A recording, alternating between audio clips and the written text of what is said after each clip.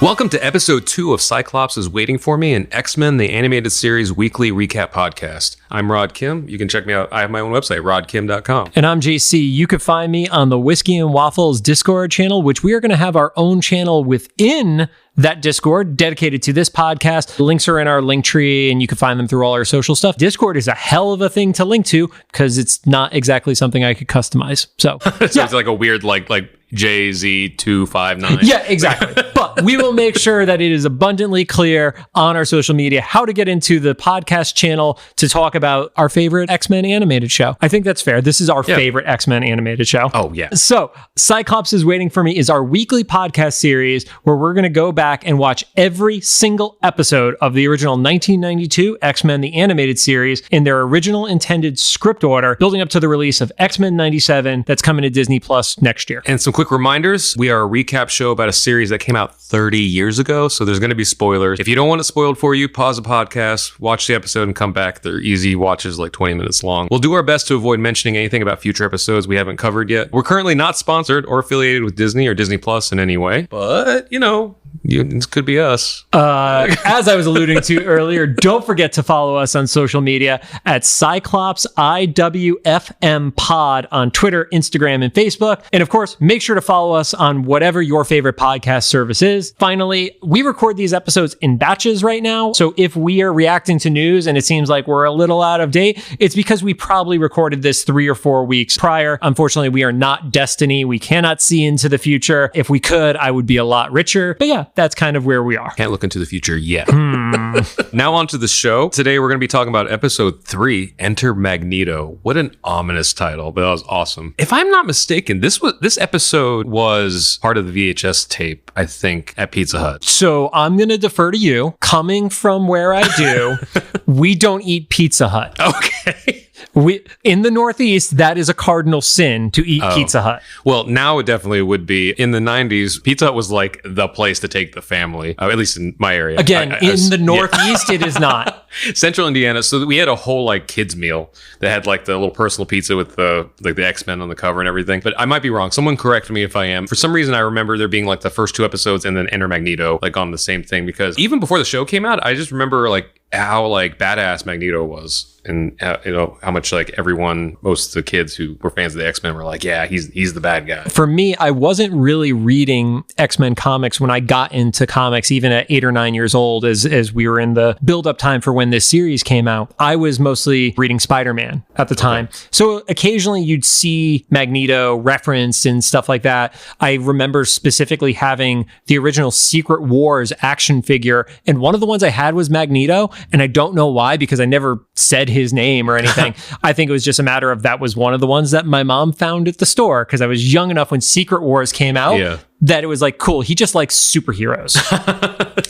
He has a helmet. But I do distinctly remember the original Marvel trading cards and seeing the different villains, a lot of them for the first time through that set, and Magneto being one of those that stood out to me. And it was through the series that I actually found out just how integral a character Magneto was. So, also, I think this was the first episode we heard the previously on X-Men. I believe you are right. Jumping into the episode, it starts out with Beast, who is in a cell, and he's reading Animal Farm, which I thought was really interesting because the story of Animal Farm has nothing to do with the fact that it's actually animals. It's just how chaotic the world is, and you know, what happens when entities are trying to overreach and get involved in people's lives and stuff like that. But also, Beast is the one who is the animal of the group, just from a physical appearance. And the guards think he's reading a picture book. Yeah, the guards can't fathom that he is smart enough to be able to indulge in anything that could be intellectual. Meanwhile, those guards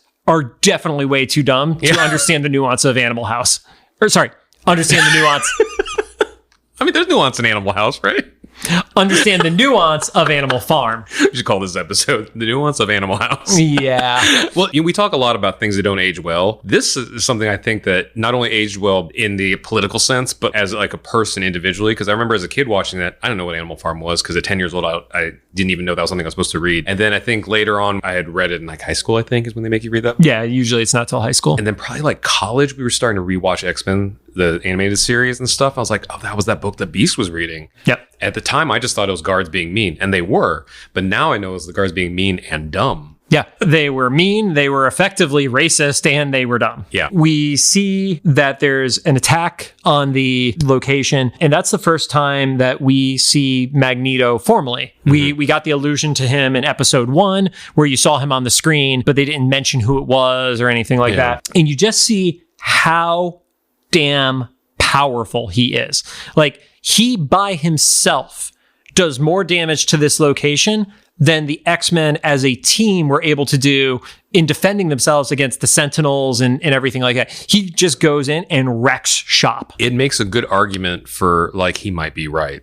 Whether you agree with that or not, is the fact, like you said, like, he comes in, he gets the objective done. And it's just like in and out. You know, I remember his entrance, 2 things. How you feel his presence before as a kid, like, that was awesome. Even as an adult, it's like, so you see like the guns go away, and even like the little gag with the pants falling down on the guard. Or the tank that just gets disassembled. Yeah. And then when he finally appears, I think, if I remember right, he's in his like magnetism ball or whatever that is. The what looks like an electric bubble, but yes, it's supposed to be the ball of magnetism. Yeah. That was the coolest thing. I think that, like, as a child, like, signified like, oh, he's powerful, you know? The one thing in that scene that I did forget is that there was a drop in animation quality when the yellow circles were expanding. It went to like a reduced frame rate. I didn't notice that. Yeah, I don't know if maybe it's just the version I'm watching on Disney Plus, but it is a reduction in quality of the animation. Like, all of a sudden it's coming in at half of the speed than it normally would. It was just, I don't know if maybe rose-colored glasses, but I don't remember that from when I did my original watch of it. I mean, if we didn't mention this in the first episode, this wasn't like a top quality, like, animated show, but it's part of what we loved about it. It was a good quality, but it wasn't the most well-funded. I think one of the things that Eric Lewald talks about in his book, which, again, we will mention that throughout the entire series, is they were looking at competing with Batman, the animated series, and the budget for Batman was 3 times what they were getting for X-Men, the animated series. And this is just something from Ron Wasserman, so I don't have anything else to verify this, but I think he mentioned that, to his knowledge, Saban's deal with Fox was that Saban would cover all the post-production costs for X-Men if he could get a slot for Power Rangers. So it would make sense it was a reduced budget. So what Eric talks about in the book was apparently Saban had the deal that he was paid a fixed rate. Wow. So he made more money if he got better deals on it. And the original cut, which they had to redo, he was saying, well, I'm not going to spend any more money on it. I've spent my money.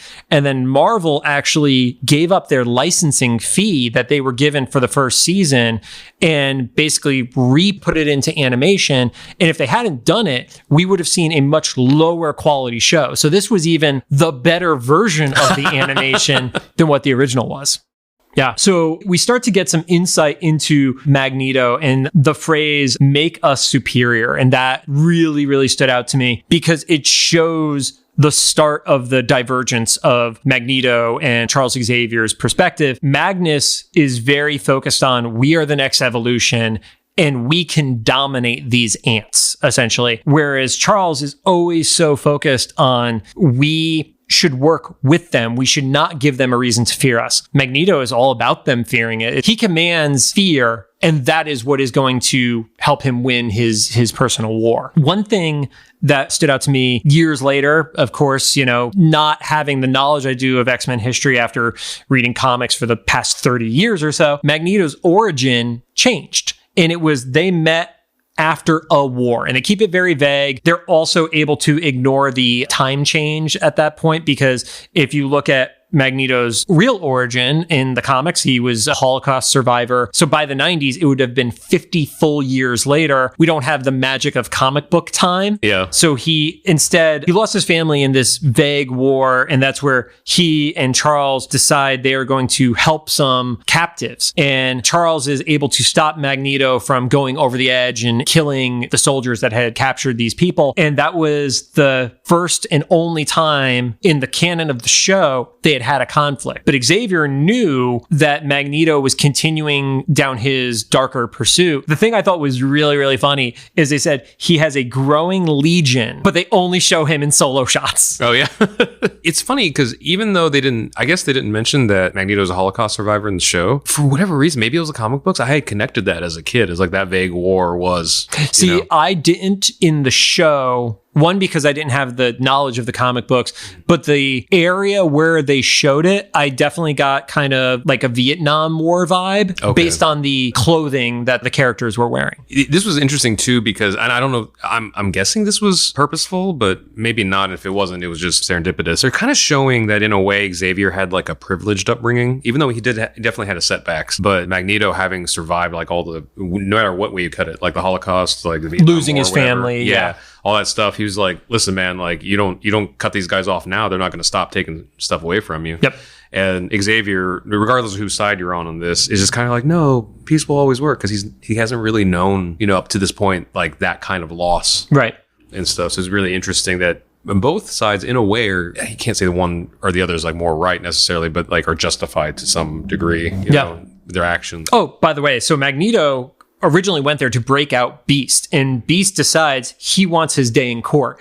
And Magneto basically alludes to the fact that, oh, you've already drank the Kool-Aid. You've accepted the feudal plan of Charles. So if that's what you want to do, that's what you want to do. And then we jump over to Beast in court. The lawyer, his name is Hodge. And I think that's really interesting because a character who will be used later in the series is named Cameron Hodge. And apparently these two have no connection to each other from the research I was able to do. I don't know if that was the name. It was just said Hodge. And I was like, oh, is that Cameron? Again, from growth of X-Men knowledge. And I did some digging, and it is not the same person according to it. And I thought it was interesting that the judge had kind of this like performative, ethical, it's almost like theatrical equality. You just kind of saw it in his, it's funny to say body language, but they actually animated this. He was incredibly dismissive as to when Beast wants to speak on his own behalf and starts quoting Shakespeare. And he basically says like, can you get on with it? Yeah. But even before then, he's like, we don't want anybody to think that we're not being fair, blah, blah. So that like, if you just read the words on paper, like seems right. But if you're there in the room, you're like, oh yeah, that's not what he meant. Yeah. And then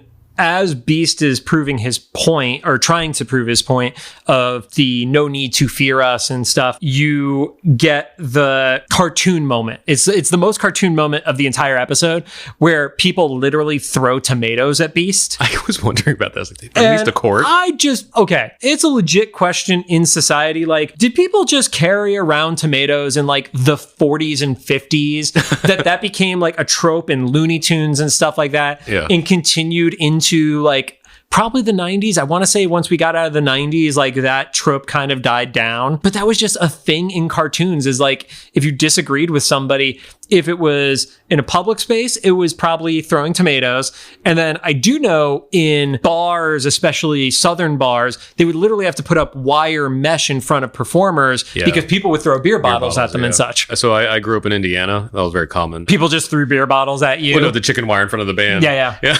But that is immediately countered by Sabretooth attacking the courtroom. So I had a question about that. Yeah. Was that another Sentinel moment, hiding in the shadows? Did nobody notice like the 8-foot tall, like Tiger Man? I don't think, and I have nothing to base this on other than the fact that he was never shown. Like there wasn't like big burly dude in a trench coat or something like that, like sitting behind Scott and Wolverine and stuff like that.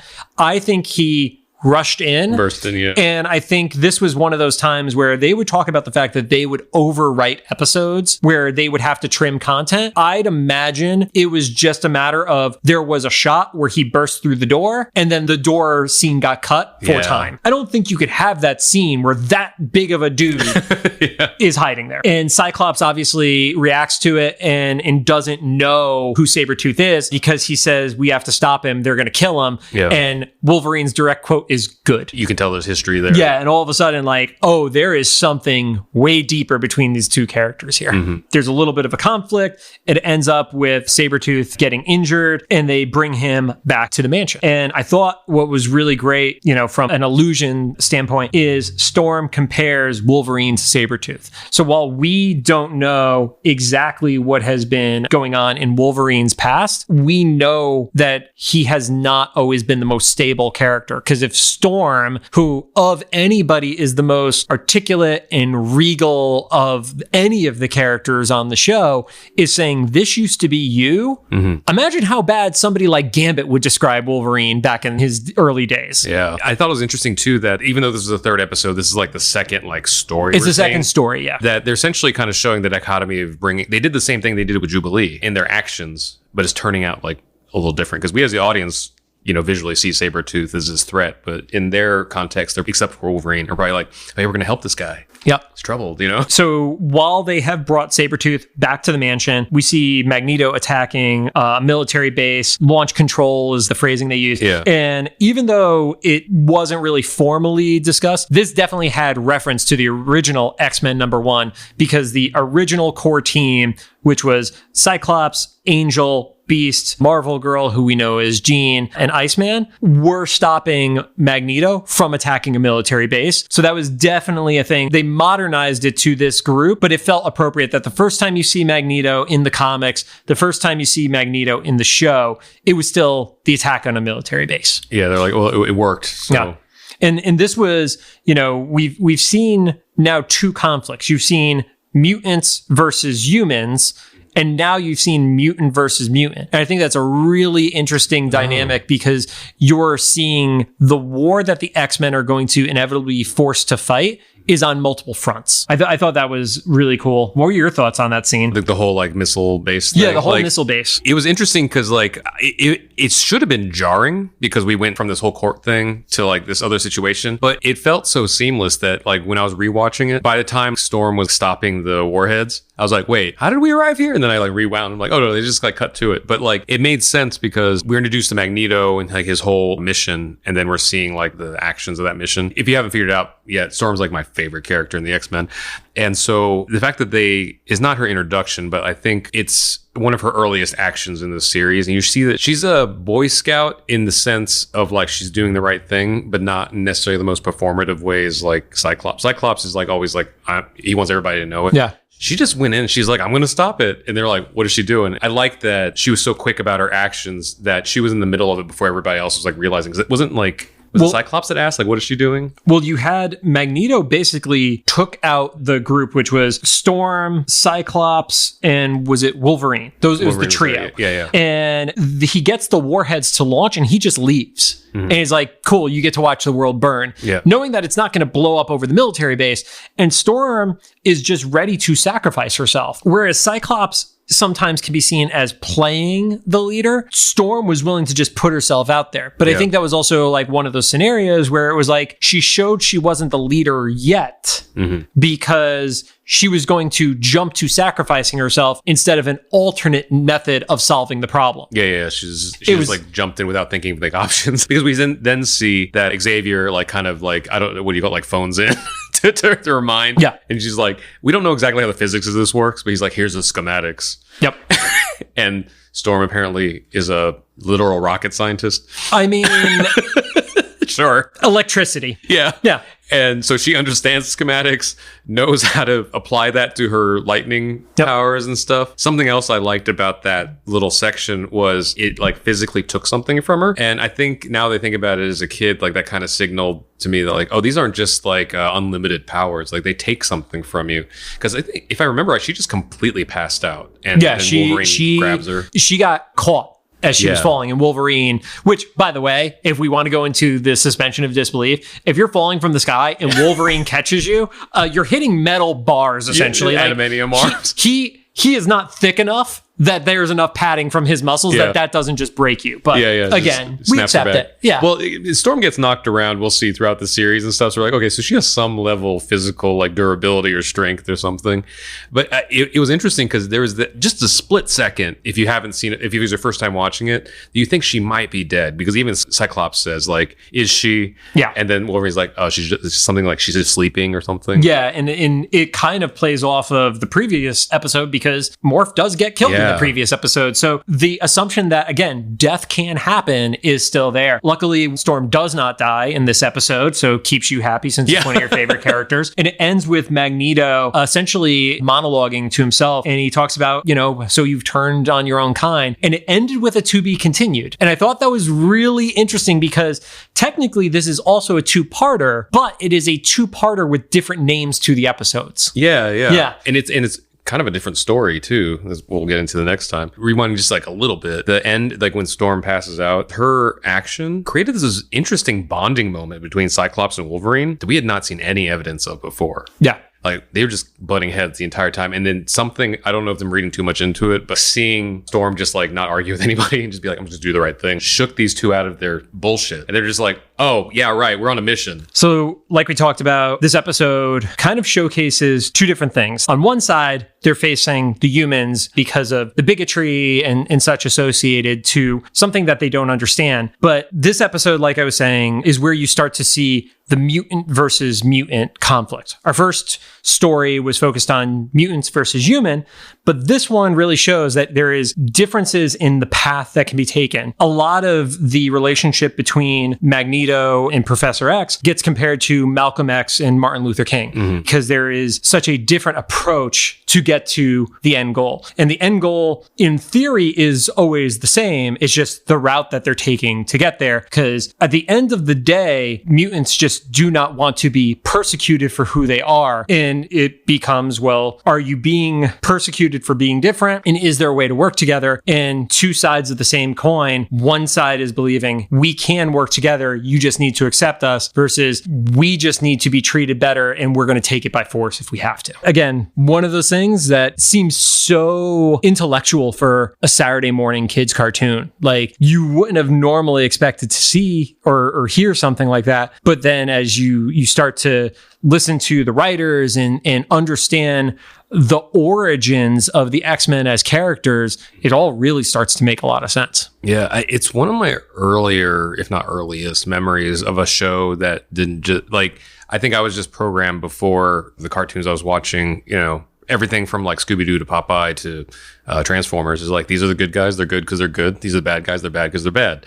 And that was fine. And that was something that was a comfortable, familiar, like setup and stuff. And this one, maybe that was part of the intrigue, was like, wait, is Magneto, is he right? I mean, one of the memes that would come out of early, in internet comic book culture was Magneto was right. Yeah. And there are lots of aspects to it that it's like, well, how many, especially if you compare real life years compared to comic book years, the Marvel 616 universe, the main Marvel universe, has only been from the Fantastic Four to now, it's somewhere in the neighborhood of only 15 to 20 years, despite the fact that in real life, that was 1963. Yeah. But it's like, if you've been reading these characters for this long and you don't see the change happening that the good guys are fighting for, you wonder, well, how wrong is this person who I've seen as a villain? And I think if you look at the original version of Magneto, Magneto was written very much as a terrorist. As the comic book medium got more sophisticated, there was a lot more nuance. And we started to see, it's not just the mustache twirling villain anymore. These villains have depth to them. And the depth is where it's like, are they really that wrong in what they're doing? Yeah. It's like you might not agree with the method, but is he wrong for how he feels? And even on the other side of that, you kind of show Professor Xavier kind of like messing up at times. Like the courtroom thing is a good example because like you see like, right, you at that point, you're a little bit more on Xavier's side. You're like, okay, we can work through the process and blah, blah, blah. Which I also remember thinking, watching that episode, like, Beast also comes from a little bit of privilege because like he's like, the legal system will work. And it's like, well, that's coming from someone who the legal system works for, like, right. But then you seem like it's starting to, I don't know, I guess it depends on your perspective. It may or may not be working.